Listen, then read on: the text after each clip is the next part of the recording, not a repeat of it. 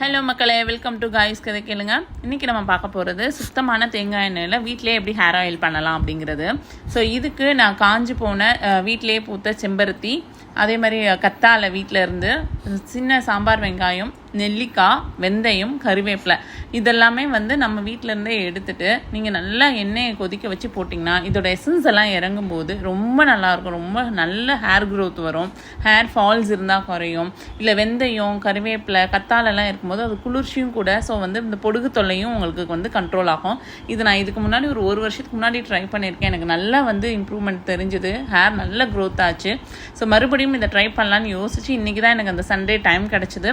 So இதெல்லாம் நல்லா கொதிக்க ஒரு 1/4 மணி நேரம் 20 மினிட்ஸ் நீங்கள் பண்ணிவிட்டு ஃபில்ட்ரு பண்ணிவிட்டு ஆறுன உடனேவும் 3 டிஃப்ரெண்ட் பாட்டிலில் ஊற்றி வச்சுக்கோங்க. ஸோ நீங்கள் இது குறைஞ்சது ஒரு 2 மாதத்துக்கு யூஸ் பண்ணலாம்.